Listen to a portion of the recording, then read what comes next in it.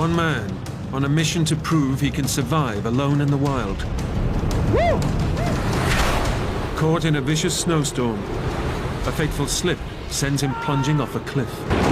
I don't know how far I fell. It had to be 30, 40 feet. You have no control. You just hope you land and survive.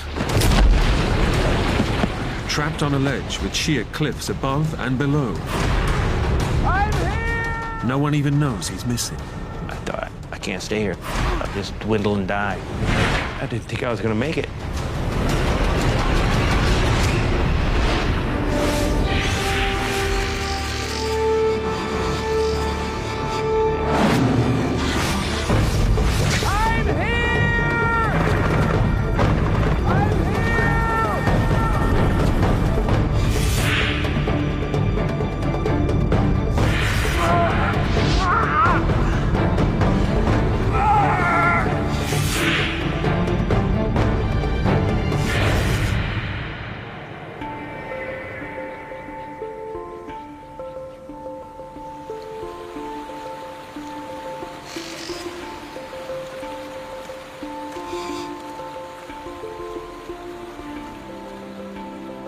Charlie Hench is beginning the challenge of a lifetime.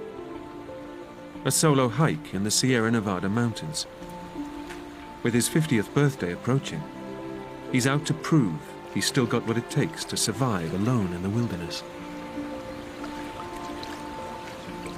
I love the solitude. I love nature. I love the outdoors. It's something I always wanted to do. Considered myself being somewhat self-sufficient. And so I think I kind of went up there alone. Woo! In an attempt to prove that to myself, I think. Charlie has hiked in the mountains many times before, but always with friends. He knows that going alone will be his toughest challenge yet.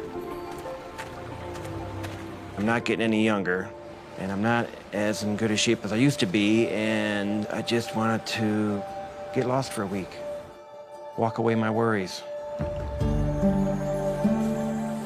Charlie's long-term girlfriend of 7 years, Julie, knows what this solo trip means to him. Charlie has spent a lot of time, I think, on his own and alone. He likes to go and do things by himself. He got this wild hair, this idea that he really wanted to go and do this. And I knew that there was no stopping him. I remember we hugged and kissed. She wished me luck, told me to be careful, told me she loved me, and I told her the same. He's a big kid. Charlie's a big kid.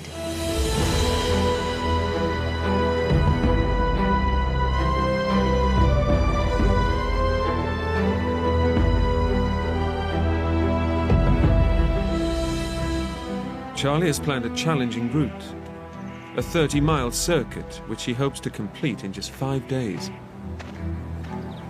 His first day's climb takes him high into the Sierra Nevada peaks. Here, 20 miles from civilization, he can enjoy the beauty and solitude. It's just him and nature. The Sierra Nevada mountains, just a gorgeous spot. Being alone in the wilderness appeals to me because of the beauty. I just think Mother Nature has so much to offer. Unspoiled, quiet.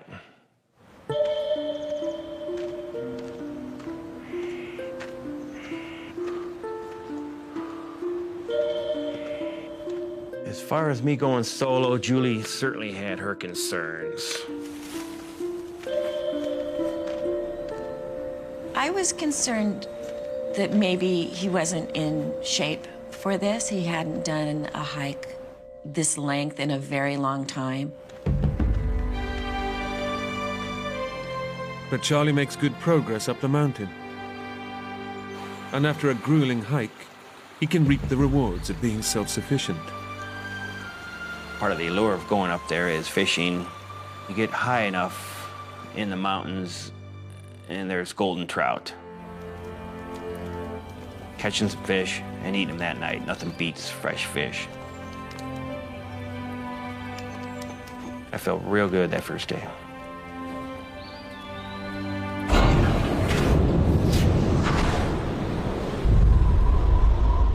In September, conditions in the Sierra Nevada mountains can change instantly and dramatically. But in his enthusiasm to get going, Charlie ignored weather warnings. By early evening, a fierce wind blows in, and his peace is shattered. Wednesday night, the wind started picking up. And that's the first time I really felt exposed. You know you're alone, the wind's picking up, you're not sleeping, you're wondering, this isn't any fun, you know?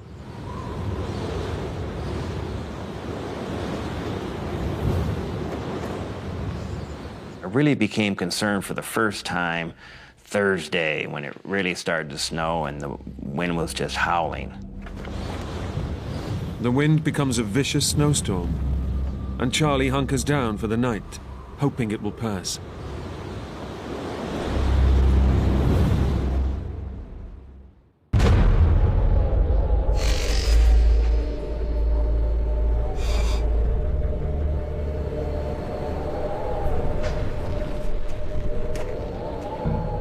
When I woke up, pretty much snow everywhere. Woo! I got up and literally I was half buried in snow. But the weather was kind of breaking. Although the skies are clearing, the new snow has transformed the landscape. Navigating the route ahead will be a formidable task. At that point, there's really no trail. And if there was, it was buried in snow. I've been up there before years ago, and it just did not look familiar. For Charlie, this trip was to be the test of his ability to survive in the wild. But he now faces a difficult dilemma: to cut his trip short and head back down the mountain, or forge ahead with his original plan. I made the decision to continue. Get up and over the pass and get down the east side. The weather should be better down there, certainly. So I dug the snow out, packed everything up, headed up to the pass.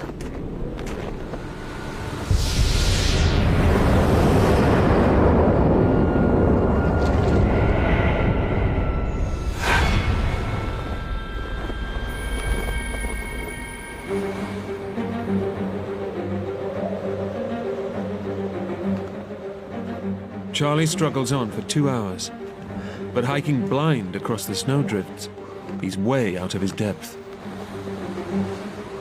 It was just very tough. I realized that I might have made a mistake proceeding.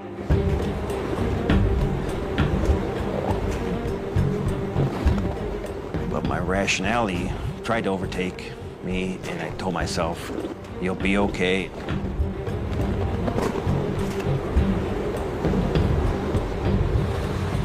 Having committed himself to going forward, Charlie continues on over the hazardous pass. But here, the terrain is perilous, and now the weather takes another dramatic turn for the worse. It really started to snow, and the wind was just howling. It's just blowing in my face. Despite the worsening conditions, Charlie is determined to complete his ambitious hike. But as the raging blizzard intensifies, he starts to realize that he's in over his head. While I was thinking what to do, my face is getting all cold from the wind, and I remember just turning around with the wind at my back.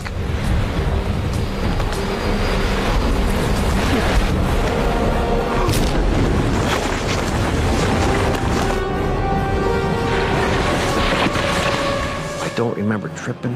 I don't remember flying through the air. I just remember I hit my head.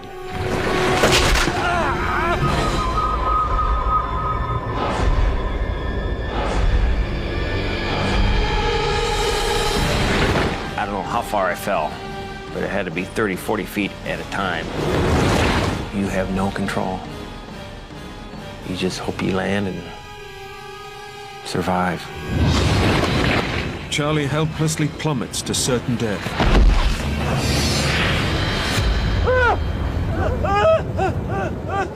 But a rock ledge, jutting out of the cliff face, breaks his fall and saves his life.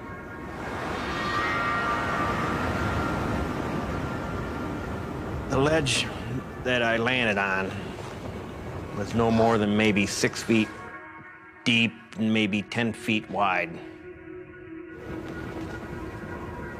I looked up. I couldn't go up. It was too steep. Looked down. It was steeper than heck. I was trapped on a rock. It's just an awful feeling.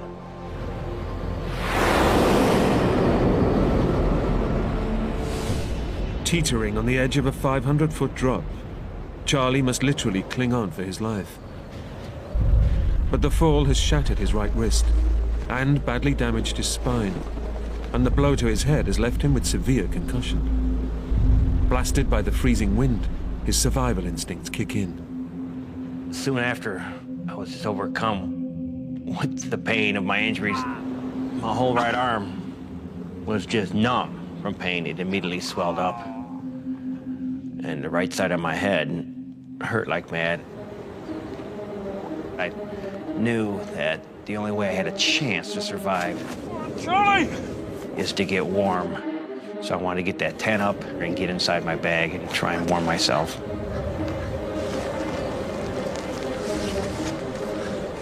I was in such a confined space, there was no room to move. The ground was hard. I couldn't stake it into place and pull it tight like you would normally do.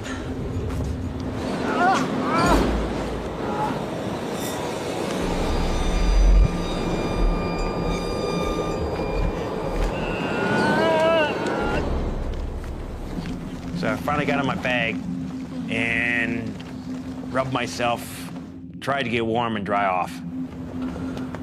I distinctly remember, for one split second, realizing how lucky I was to survive.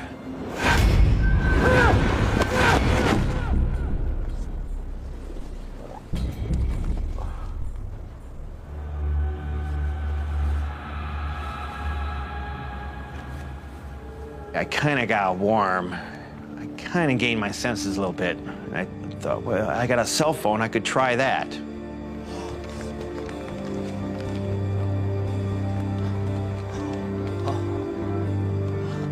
Okay.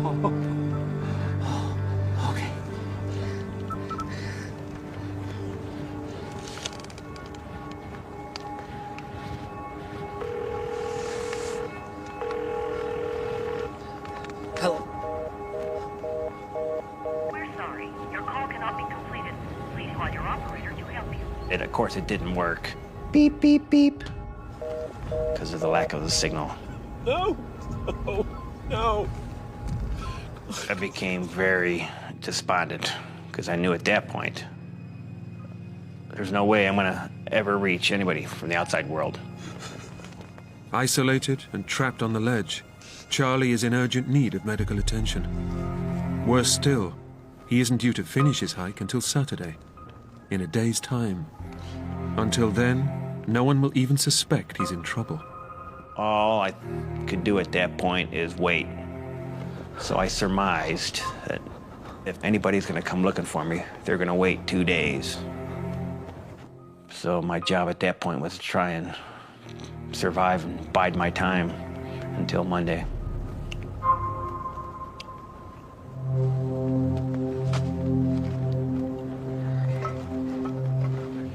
But Charlie's food supplies are running dangerously low. He only has a handful of snacks left. I knew I had to kind of ration what little food I had left, which was mainly trail mix and granola bars. I was hungry all the time. Once his food supplies run out, Charlie knows he won't be able to last very long without help.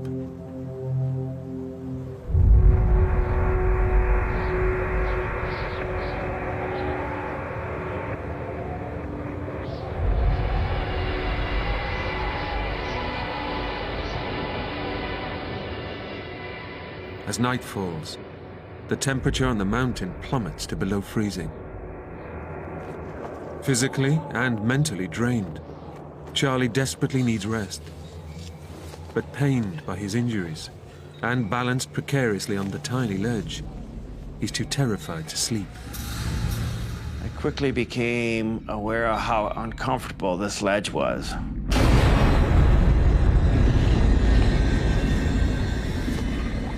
If I fell off the front, I would have tumbled several hundred feet.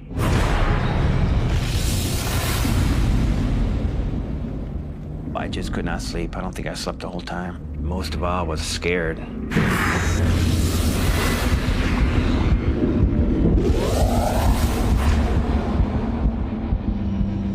The solitude that I was so much craving turned into feeling alone.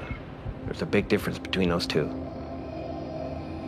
So I became very frustrated, very kind of angry at myself.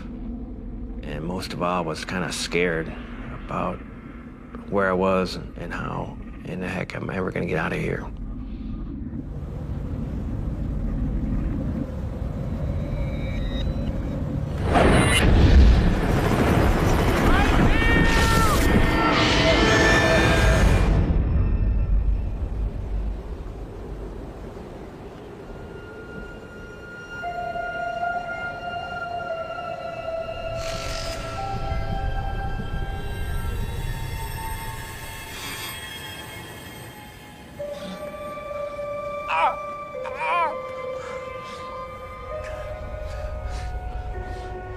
In the fall, Charlie lost all his precious water.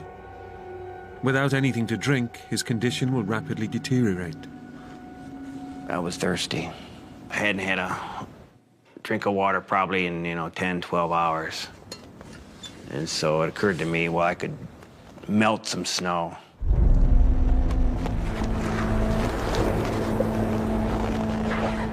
Charlie is surrounded by snow, but he must melt a huge amount to get just a tiny drink to quench his thirst. And it means he has to venture out onto the icy ledge and risk plunging to his death on the rocks 500 feet below.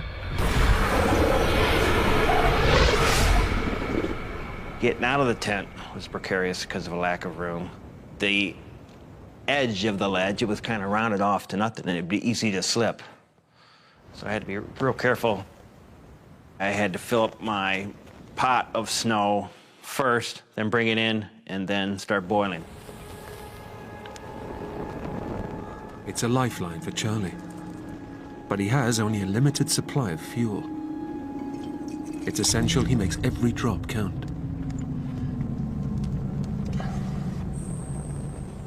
And you boil a pot full of snow, you only get about this much of water. It was quite the effort to melt snow just because of my hand, and I didn't have much fuel.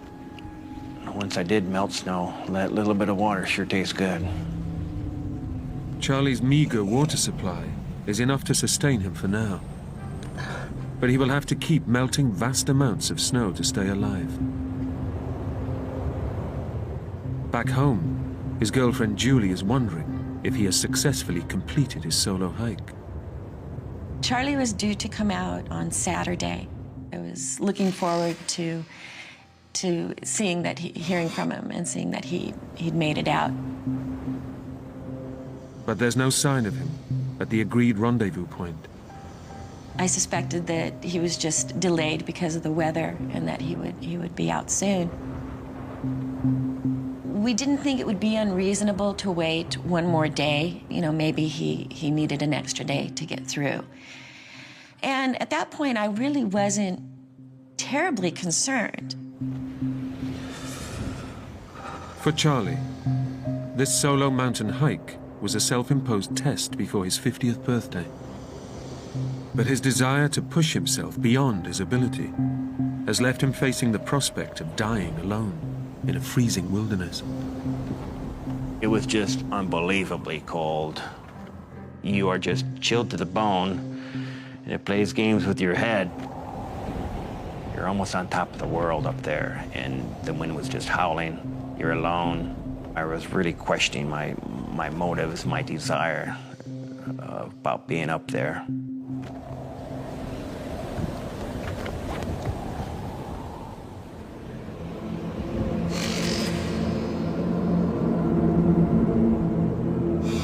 Charlie survives a second torturous night without sleep.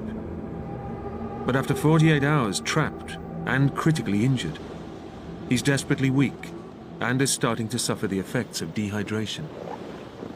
You stop urinating, your mouth becomes dry.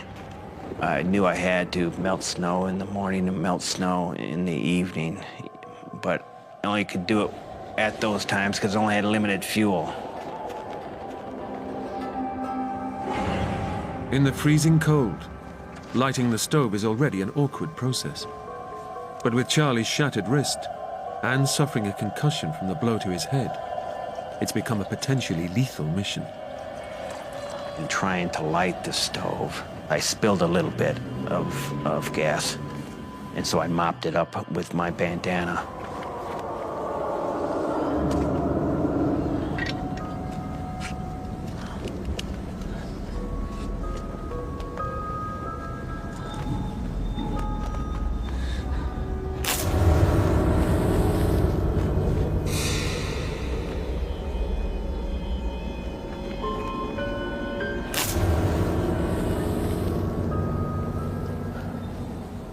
When I finally did light the stove, the gas beneath lit on fire.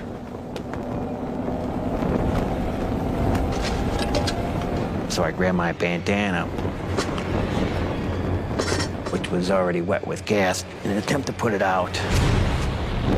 That lit on fire, burnt my hands. I released it, and it started my tent on fire.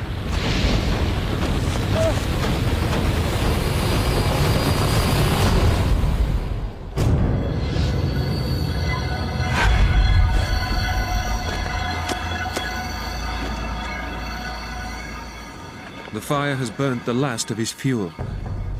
His only way to produce water trapped on a tiny ledge, hundreds of feet high on a sheer rock face.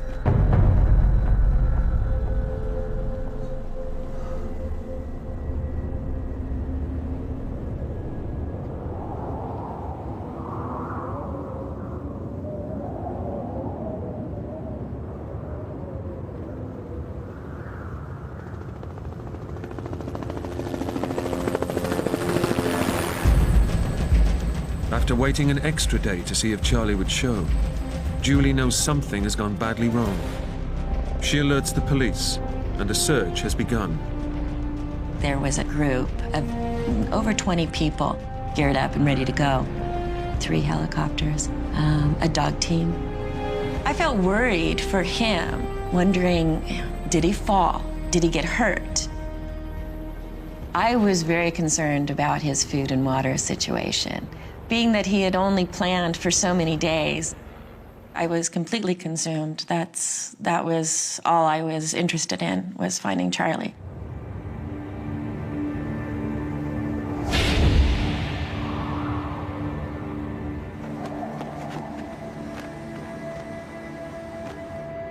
After 48 hours, stranded in sub-zero temperatures, with a broken wrist, damaged spine, and severe concussion, Charlie finally hears a sign that his ordeal could be over. I heard some helicopters. They were quite distant at first.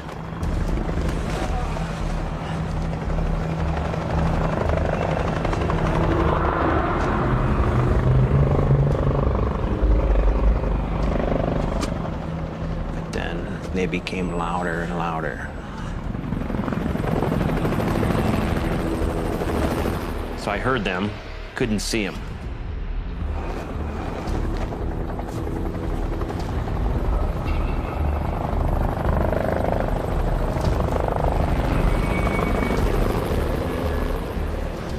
And they became louder and louder. I had a sack on the end of my fishing pole, just in case I did see somebody in the air, I could wave to them.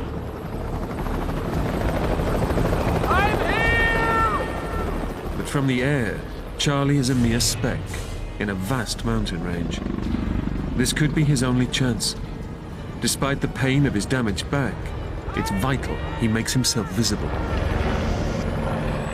I shouted, but it was useless because it's so vast out there. I'm here! I'm here! The whole time I just sat outside, hoping to spot them or they would spot me. But I did not see any helicopters. I'm here! The sound of rotor blades is tantalizingly close. But hours pass, and Charlie catches no sight of an aerial rescue. It just felt awful. I was on the face of this one steep mountain. They were on the backside. I know I'm not going to see anybody, so I was really concerned and scared. It's a bitter disappointment. Alone and helpless, Charlie can do no more than hope he survives a third freezing night, trapped on the ledge.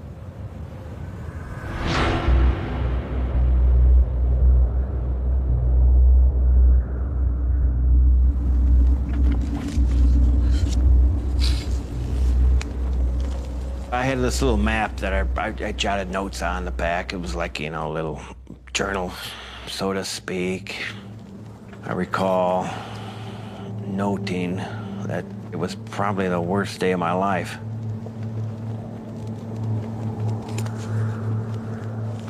I started thinking about being home, being with Julie. I wanted to get back to normality, you know.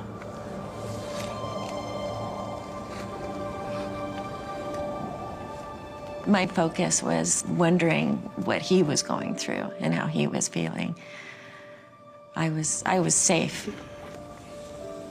My main concern was always Charlie and what he was going through, what he could be potentially experiencing. I was really down at that point because I knew I might not make it out unless somebody comes find me. I knew I was lost. I knew I couldn't go anywhere.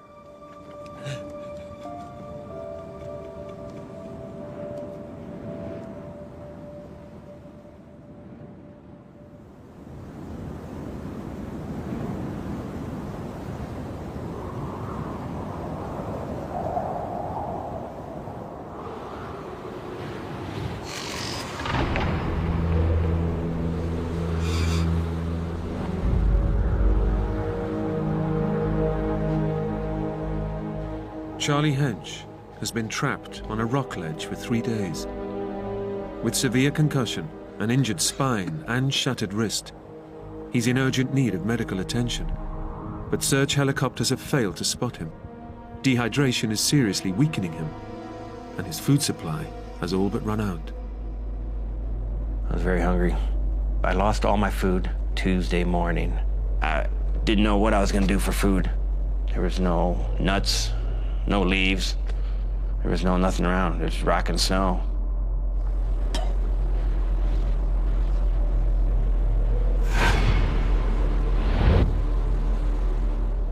Starving to death at that point became certainly a possibility. It was a desperate feeling. I really do not want to feel that way anymore. The whole ordeal was just extremely terrorizing. I was scared. I was in a lot of pain. I was feeling alone.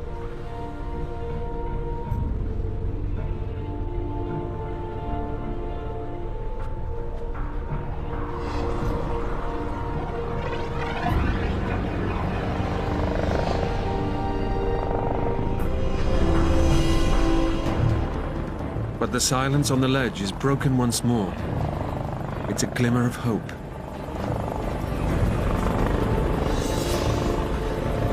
Oh, we're here!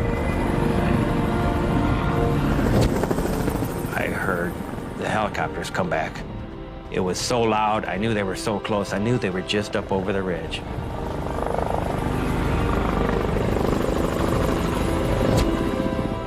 even saw one briefly coming in sight out of the ridgeline. Here!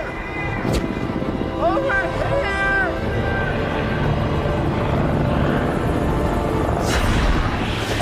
And disappeared real quick.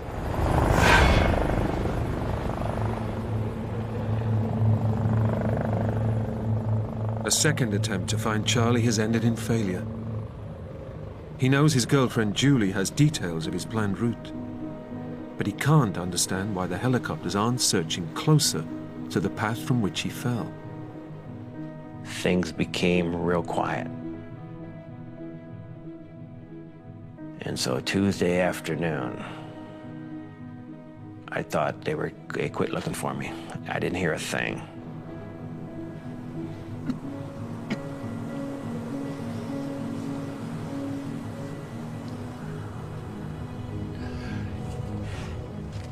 The helicopters fly on without spotting Charlie. He turns again to writing his journal on the back of his map.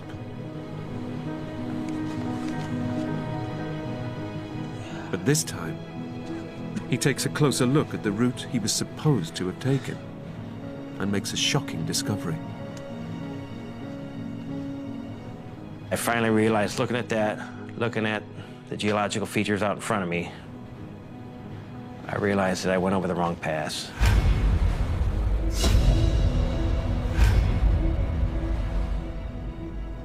I was not facing east on Italy Pass. I was facing north, so I was on the wrong pass. It's a devastating blow. Charlie knows the helicopters are looking for him in a different valley. All hope of rescue is gone.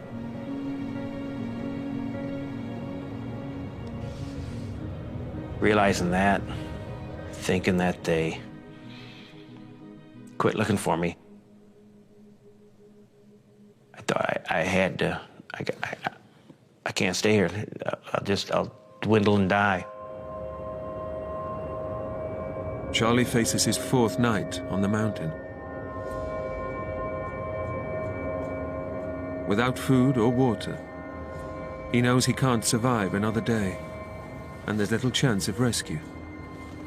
It's life or death, but can he save himself? I was certain that they stopped looking for me. And so what am I gonna do now? I thought, I'm gonna have to try and get out by myself.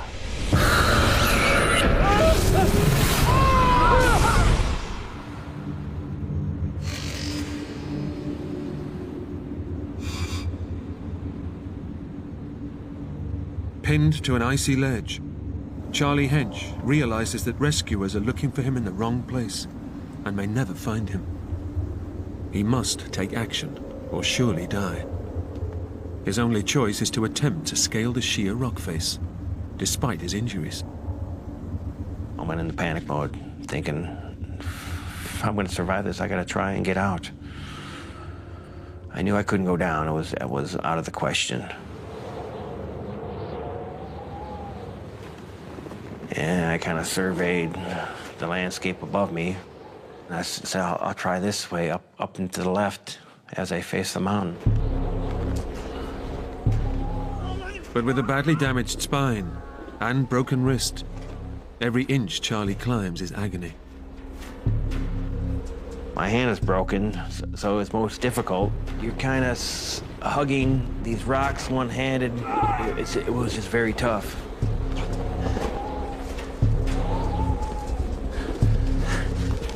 I made it under, around, over these humongous boulders.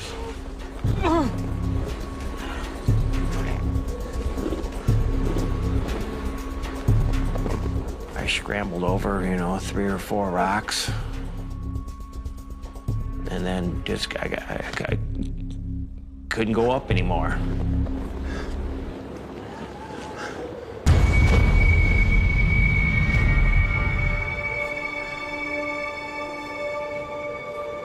Didn't know what to do, so I just sat on the rock right where I was kind of like trapped.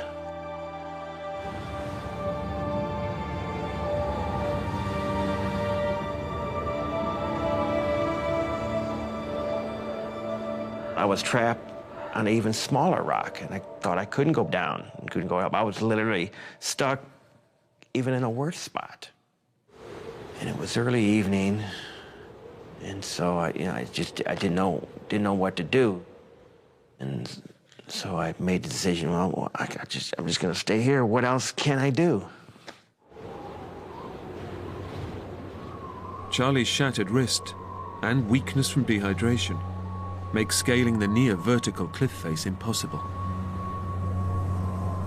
Away from the shelter of his tent, he is now totally exposed to the icy wind, and the temperature plummets. It was just so uncomfortable. Not only could you not sleep, but you're just uncomfortable in the position you were. And I thought it was, I didn't think I was gonna make it. A, I was so uncomfortable. B, they stopped looking for me.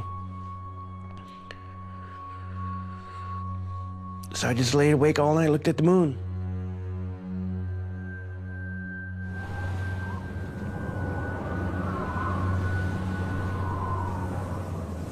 That was the darkest time, I'd say. I was very discouraged at that point. I did not sleep well during those nights. I thought something had happened, that I would never see Charlie again. As the night wears on, exposed to the freezing temperatures, Charlie risks dying of hypothermia. It was the longest night of my life. I had to stay awake all night. Didn't have to. Had no choice. I wrote a few things out, like a lousy attempt at a will, because I thought it was all over, and I just kind of, divvied up the little things I have to people I know and love. It's an awful feeling.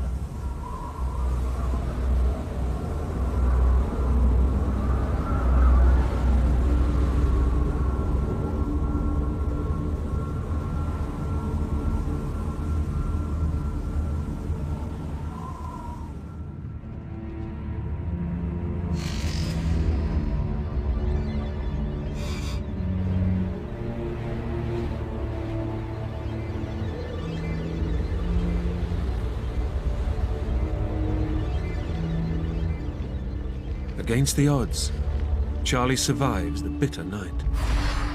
But the ordeal has taken its toll.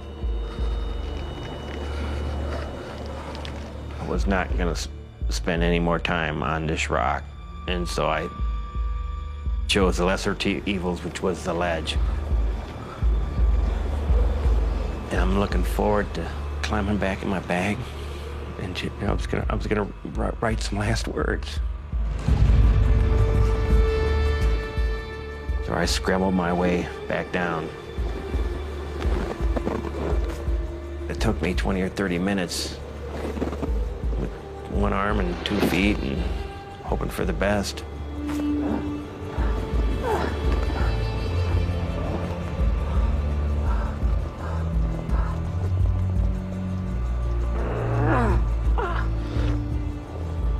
But just as Charlie has all but given up on life, he finds a last possible lifeline.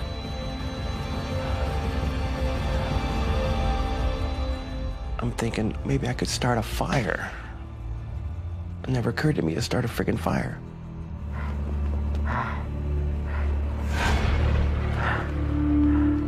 Maybe I could light a fire, as a signal for another helicopter, other hikers. But I didn't have much. I had some old magazines, and I had some plastic slippers. I figured, well, plastic sandals might smoke.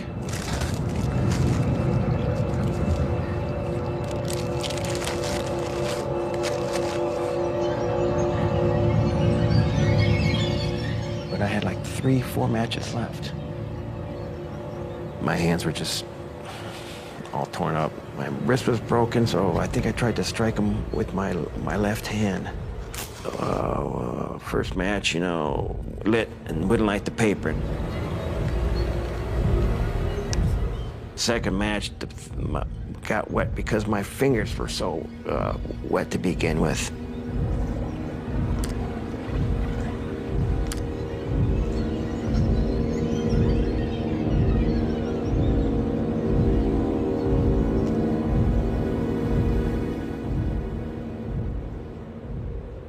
forget what happened to the third match. And so at that point, that's when I started to say, well, I'm just gonna maybe go to sleep. I was so tired.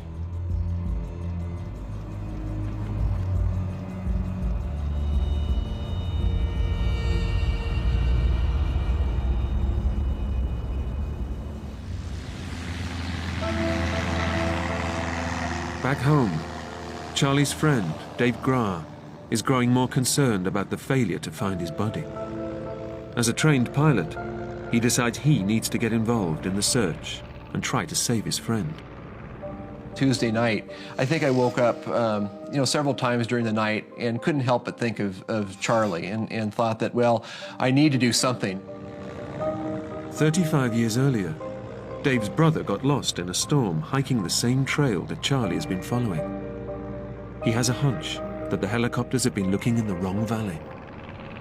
I was thinking about my brother's accident. If it's snowing or windy or something like that, it can be downright dangerous.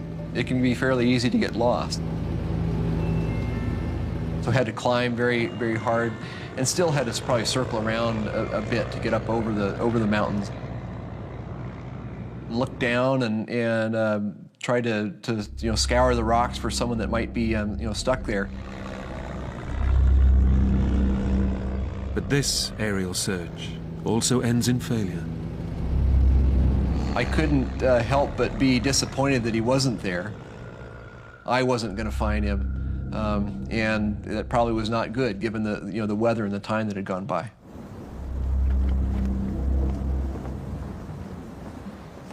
After almost 6 days, trapped alone on an icy rock ledge, Charlie has given up all hope of surviving his ordeal.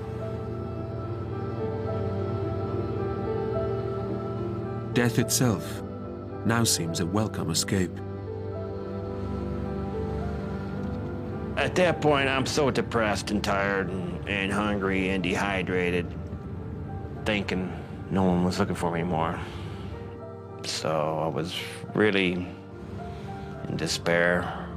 I was just totally numb. It was probably my lowest point. Charlie knows that rescue teams are looking for him in the wrong place, and that no one will find him. It's only a matter of time before he dies. I was a beaten horse, I had a buck knife, and I thought it'd be easier if I ended.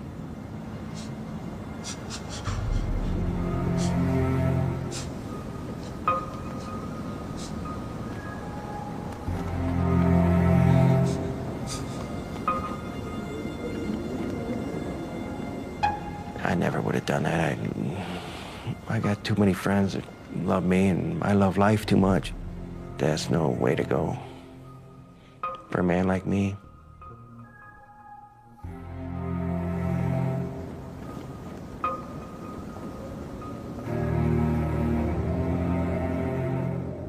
Just weeks away from his 50th birthday, this trip was supposed to rejuvenate his life. Now, Charlie waits for a slow, agonizing death.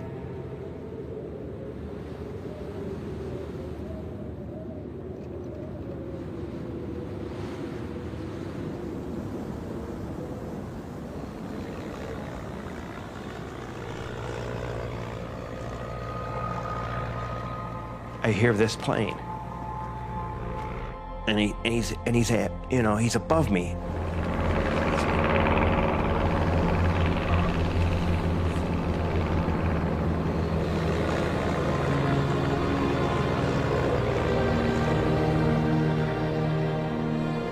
This guy is, almost at my sight. And so I got my fishing pole with my stuff sack on, and I'm waving it. I'm here. And then he goes by, and I wasn't sure he saw me.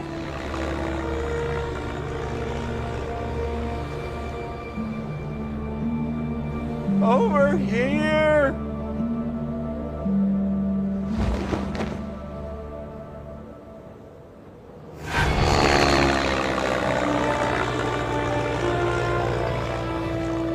So then he turns around, he comes right toward me again.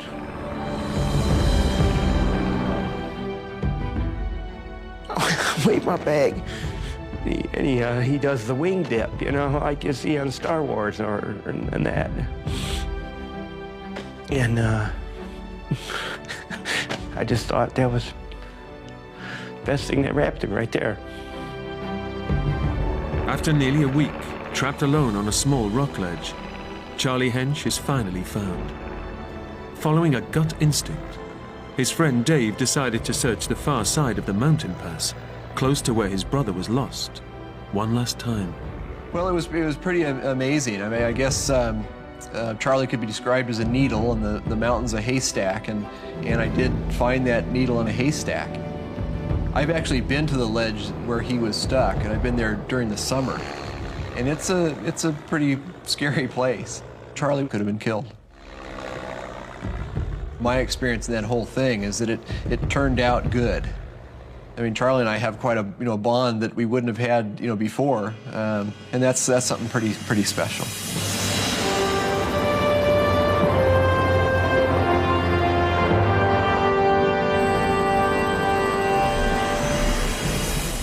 When we got the call that they found Charlie, I mean, it was pure just elation. We both just fell apart, and you could just hear it in his voice that it was pretty traumatic. So I was just very thankful. He's a survivor. That's just, he's a tough guy. Charlie received emergency treatment for his broken wrist, lower spine, and head injuries. And when he returned home, was welcomed like a hero. I finally got back to town and saw Julie. I was just thrilled. She's a big part of my life. And I was just very happy to see her. It was just the little things that kept me alive, that I wanted to return to, that I love so much.